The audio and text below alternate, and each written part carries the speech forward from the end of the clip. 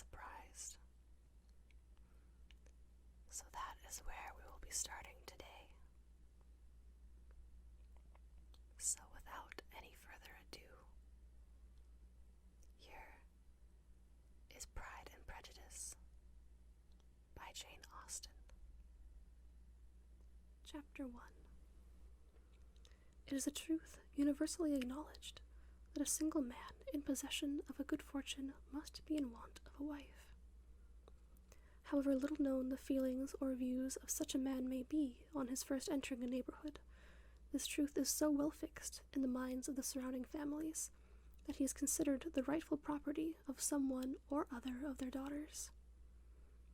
"My dear Mr. Bennet," said his lady to him one day, "have you heard that Netherfield Park is let at last?" Mr. Bennet replied that he had not. "But it is," returned she, "for Mrs. Long has just been here, and she told me all about it." Mr. Bennet made no answer. "Do you not want to know who has taken it?" cried his wife impatiently.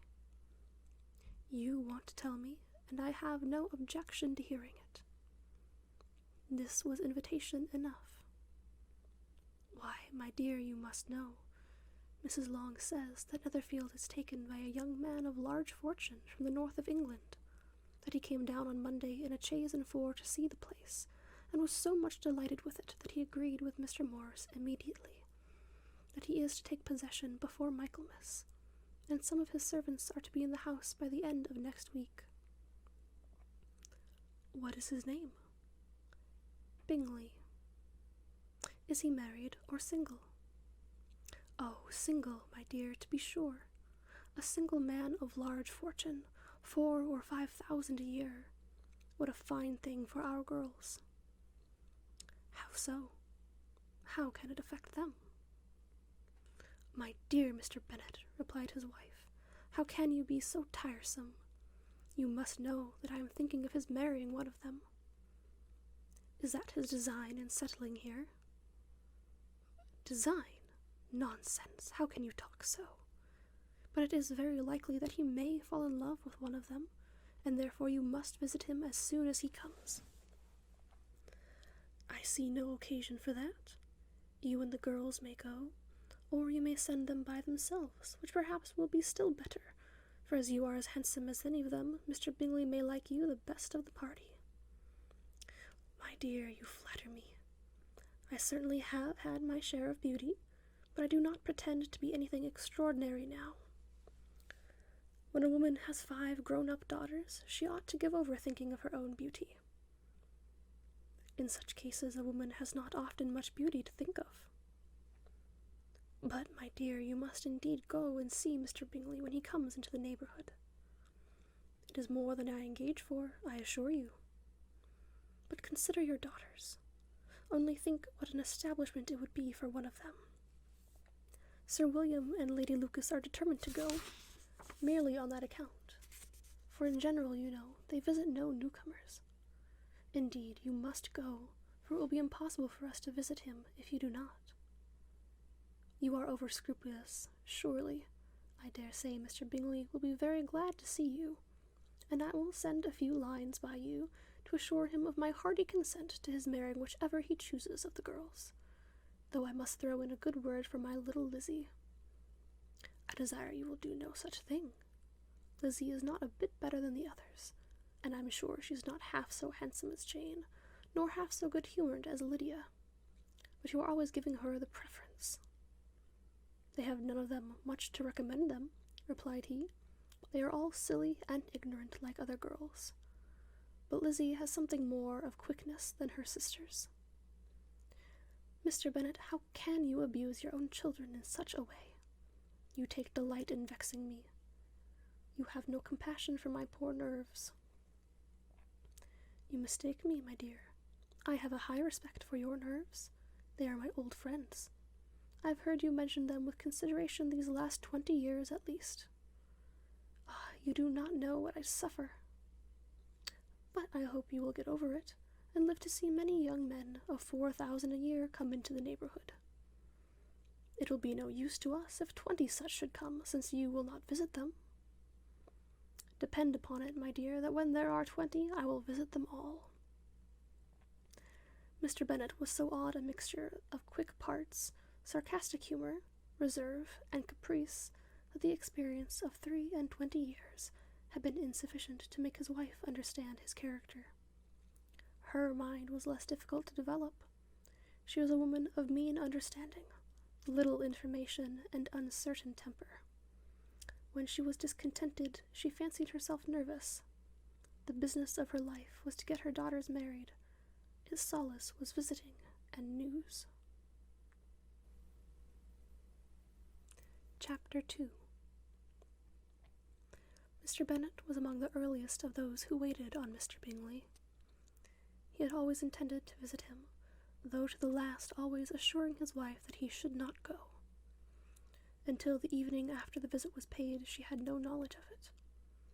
It was then disclosed in the following manner. Observing his second daughter employed in trimming a hat, he suddenly addressed her with, "I hope Mr. Bingley will like it, Lizzie." "We are not in a way to know what Mr. Bingley likes," said her mother resentfully, "since we are not to visit." "But you forget, mamma," said Elizabeth, "that we shall meet him at the assemblies, and that Mrs. Long promised to introduce him." "I do not believe Mrs. Long will do any such thing. She has 2 nieces of her own. She is a selfish, hypocritical woman, and I have no opinion of her." "No more have I," said Mr. Bennet, "and I am glad to find that you do not depend on her serving you."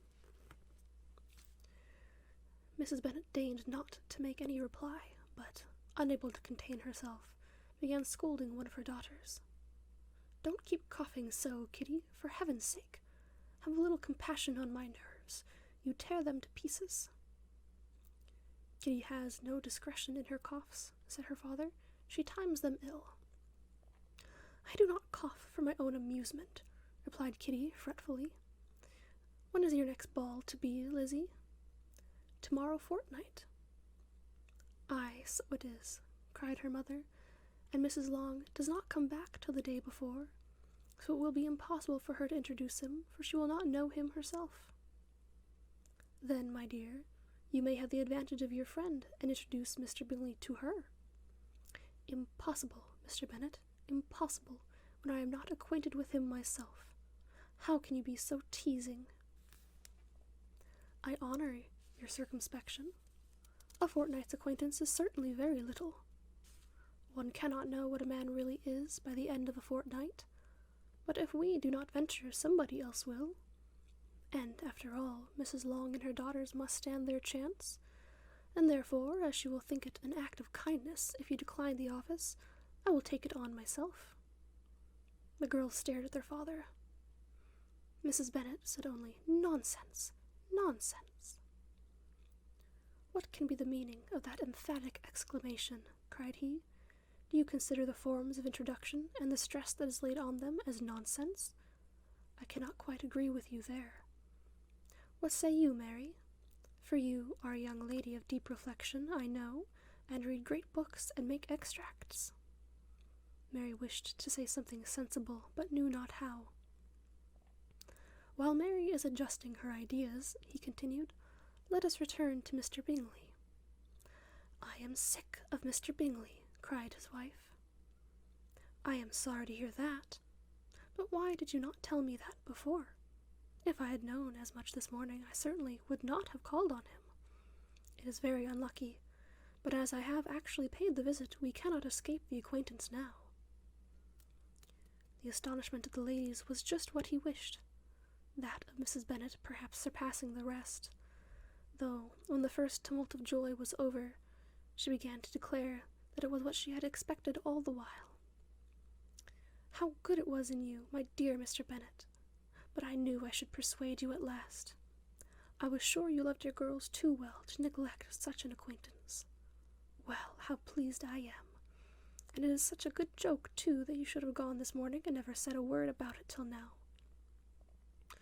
Now, Kitty, you may cough as much as you choose," said Mr. Bennet, and, as he spoke, he left the room, fatigued with the raptures of his wife. "What an excellent father you have, girls," said she, when the door was shut. I do not know how you will ever make him amends for his kindness, or me either, for that matter. At our time of life it is not so pleasant, I can tell you, to be making new acquaintances every day. But for your sakes we would do anything. Lydia, my love, though you are the youngest, I dare say Mr. Bingley will dance with you at the next ball."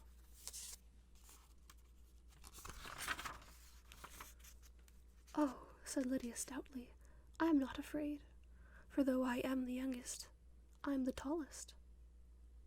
The rest of the evening was spent in conjecturing how soon he would return Mr. Bennet's visit, and determining when they should ask him to dinner. Chapter 3. Not all that Mrs. Bennet, however, with the assistance of her 5 daughters, could ask on the subject, was sufficient to draw from her husband any satisfactory description of Mr. Bingley. They attacked him in various ways, with barefaced questions, ingenious suppositions, and distant surmises, but he eluded the skill of them all, and they were at last obliged to accept the second-hand intelligence of their neighbour, Lady Lucas. Her report was highly favourable.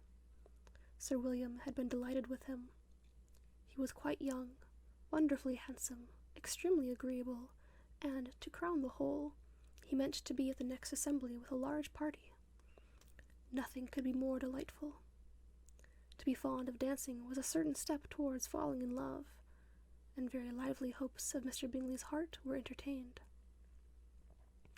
"If I can but see one of my daughters happily settled at Netherfield," said Mrs. Bennet to her husband, "and all the others equally well married, I shall have nothing to wish for." In a few days Mr. Bingley returned Mr. Bennet's visit, and sat about 10 minutes with him in his library. He had entertained hopes of being admitted to a sight of the young ladies, of whose beauty he had heard much, but he saw only the father. The ladies were somewhat more fortunate, for they had the advantage of ascertaining from an upper window that he wore a blue coat and rode a black horse. An invitation to dinner was soon afterwards dispatched, and already had Mrs. Bennet planned the courses that were to do credit to her housekeeping, when an answer arrived which deferred it all. Mr. Bingley was obliged to be in town the following day, and, consequently, unable to accept the honour of their invitation, etc. Mrs. Bennet was quite disconcerted. She could not imagine what business he could have in town so soon after his arrival in Hertfordshire, and she began to fear that he might be always flying about from one place to another, and never settled at Netherfield as he ought to be. Lady Lucas quieted her fears a little by starting the idea of his being gone to London only to get a large party for the ball, and a report soon followed that Mr. Bingley was to bring 12 ladies and 7 gentlemen with him to the assembly. The girls grieved over such a number of ladies, but were comforted the day before the ball by hearing that, instead of 12, he brought only 6 with him from London, his 5 sisters and a cousin. And when the party entered the assembly room, it consisted of only 5 altogether: Mr. Bingley, his 2 sisters, the husband of the eldest, and another young man. Mr. Bingley was good-looking and gentlemanlike. He had a pleasant countenance and easy, unaffected manners.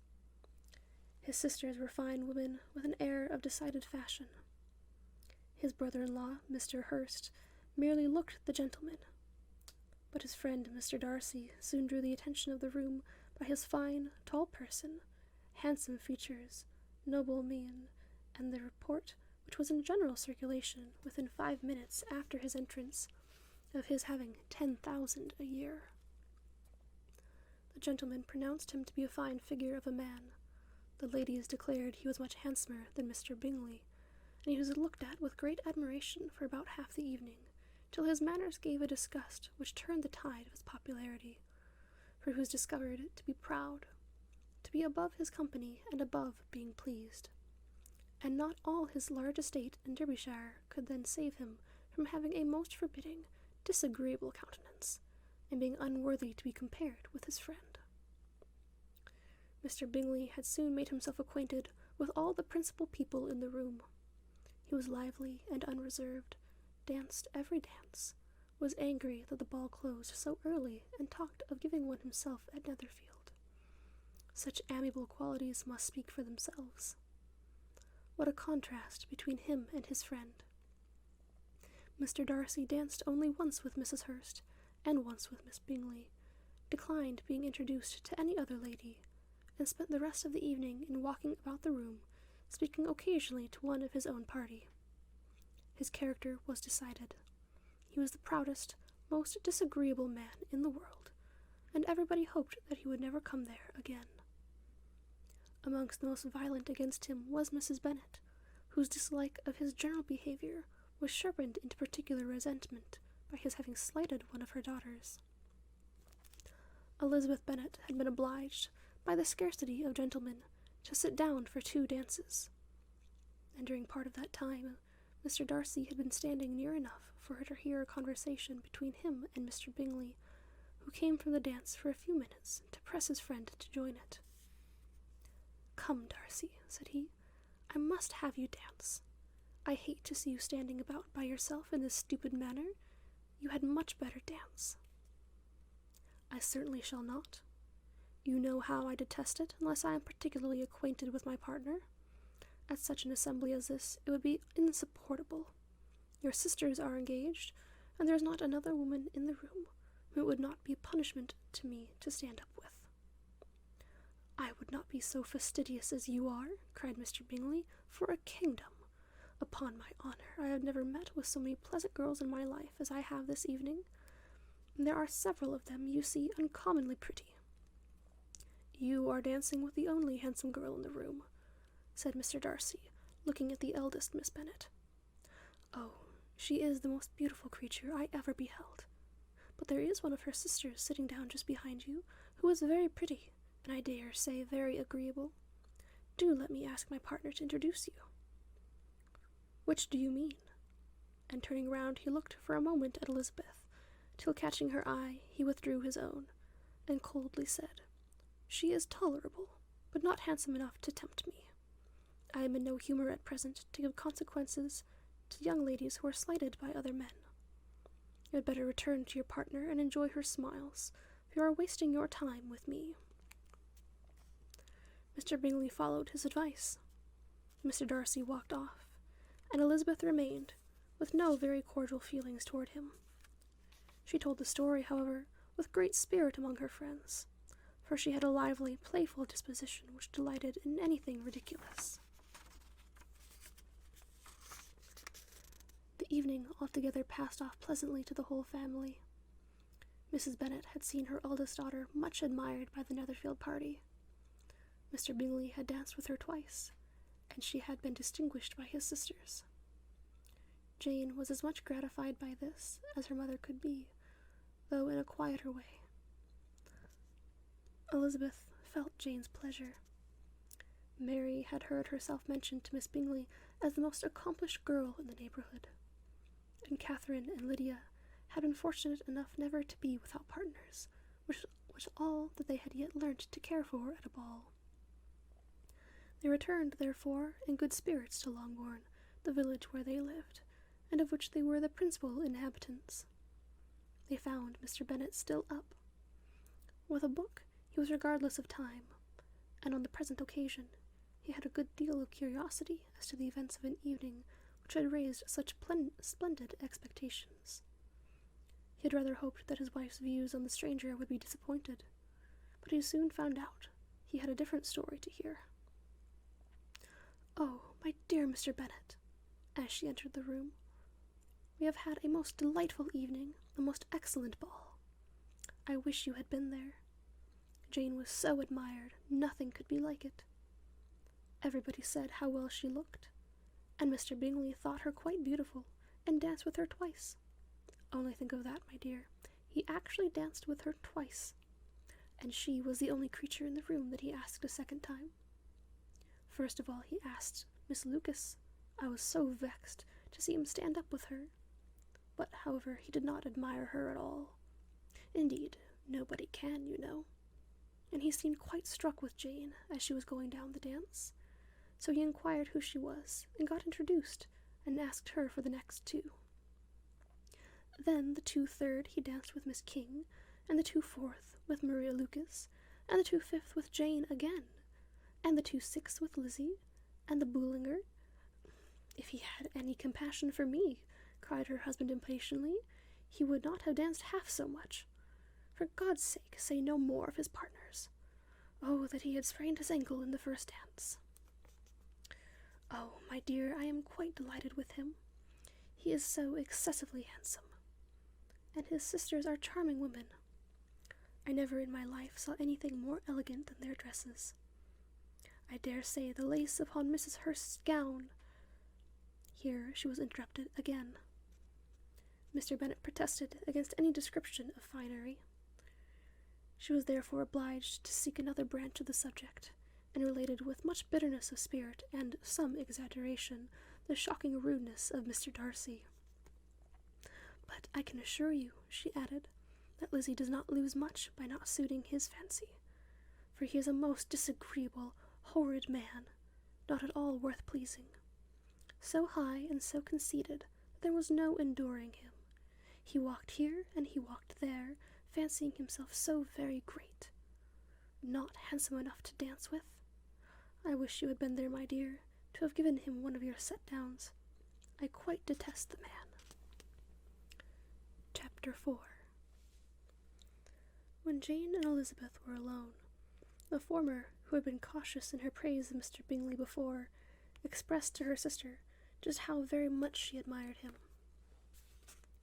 He is just what a young man ought to be, said she, sensible, good-humoured, lively, and I never saw such happy manners, so much ease, with such perfect good breeding. He is also handsome, replied Elizabeth, which a young man ought likewise to be, if he possibly can. His character is thereby complete. I was very much flattered by his asking me to dance a second time. I did not expect such a compliment. Did not you? I did for you. Well, that is one great difference between us. Compliments always take you by surprise, and me never. What could be more natural than his asking you again? He could not help seeing that you were about 5 times as pretty as every other woman in the room. No thanks to his gallantry for that. Well, he certainly is very agreeable, and I give you leave to like him. You have liked many a stupider person. Dear Lizzie. Oh, you are a great deal too apt, you know, to like people in general. You never see a fault in anybody. All the world are good and agreeable in your eyes. I never heard you speak ill of a human being in your life. I would not wish to be hasty in censuring anyone, but I always speak what I think. I know you do, and it is that which makes the wonder, with your good sense, to be so honestly blind to the follies and nonsense of others. Affectation of candour is common enough. One meets with it everywhere. But to be candid without ostentation or design, to take the good of everybody's character and make it still better, and say nothing of the bad, belongs to you alone. And so you like this man's sisters too, do you? Their manners are not equal to his. Certainly not, at first. But they are very pleasing women when you converse with them.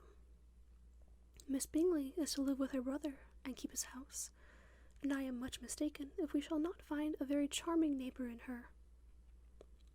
Elizabeth listened in silence, but was not convinced.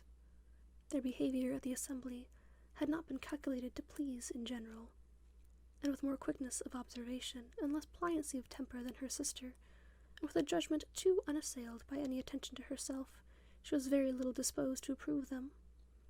They were, in fact, very fine ladies, not deficient in good humour when they were pleased, nor in the power of making themselves agreeable when they chose it, but proud and conceited. They were rather handsome, had been educated in one of the first private seminaries in town, had a fortune of 20,000 pounds, were in the habit of spending more than they ought, and of associating with people of rank, and were therefore in every respect entitled to think well of themselves, and meanly of others. They were of a respectable family in the north of England, a circumstance more deeply impressed on their memories than that their brother's fortune and their own had been acquired by trade.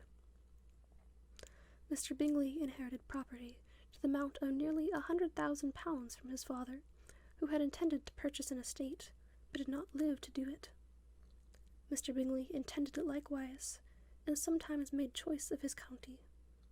But as he was now provided with a good house and the liberty of a manor, it was doubtful to many of those who best knew the easiness of his temper whether he might not spend the remainder of his days at Netherfield, and leave the next generation to purchase.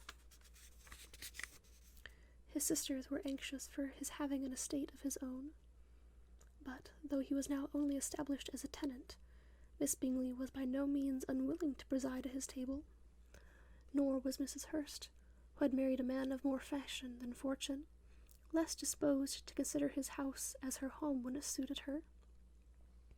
Mr. Bingley had not been of age 2 years when he was tempted by an accidental recommendation to look at Netherfield House. He did look at it, and into it, for half an hour, was pleased with the situation in the principal rooms, satisfied with what the owner said in its praise, and took it immediately. Between him and Darcy there was a very steady friendship, in spite of great opposition of character. Bingley was endeared to Darcy by the easiness, openness, and ductility of his temper, though no disposition could offer a greater contrast to his own, and though with his own he never appeared dissatisfied. On the strength of Darcy's regard, Bingley had the firmest reliance, and of his judgment the highest opinion. In understanding, Darcy was his superior. Bingley was by no means deficient, but Darcy was clever. He was at the same time haughty, reserved, and fastidious, and his manners, though well-bred, were not inviting. In that respect his friend had greatly the advantage. Bingley was sure of being liked wherever he appeared. Darcy was continually giving offence. The manner in which they spoke of the Meryton assembly was sufficiently characteristic. Bingley had never met with more pleasant people or prettier girls in his life. Everybody had been most kind and attentive to him. There had been no formality, no stiffness. He had soon felt acquainted with all the room, and, as to Miss Bennet, he could not conceive an angel more beautiful.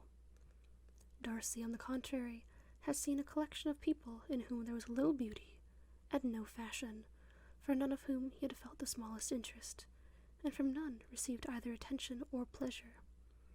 Miss Bennet he acknowledged to be pretty, but she smiled too much. Mrs. Hurst and her sister allowed it to be so, but still they admired her, and liked her, and pronounced her to be a sweet girl, and one whom they would not object to know more of. Miss Bennet was therefore established as a sweet girl, and their brother felt authorized by such commendation to think of her as he chose.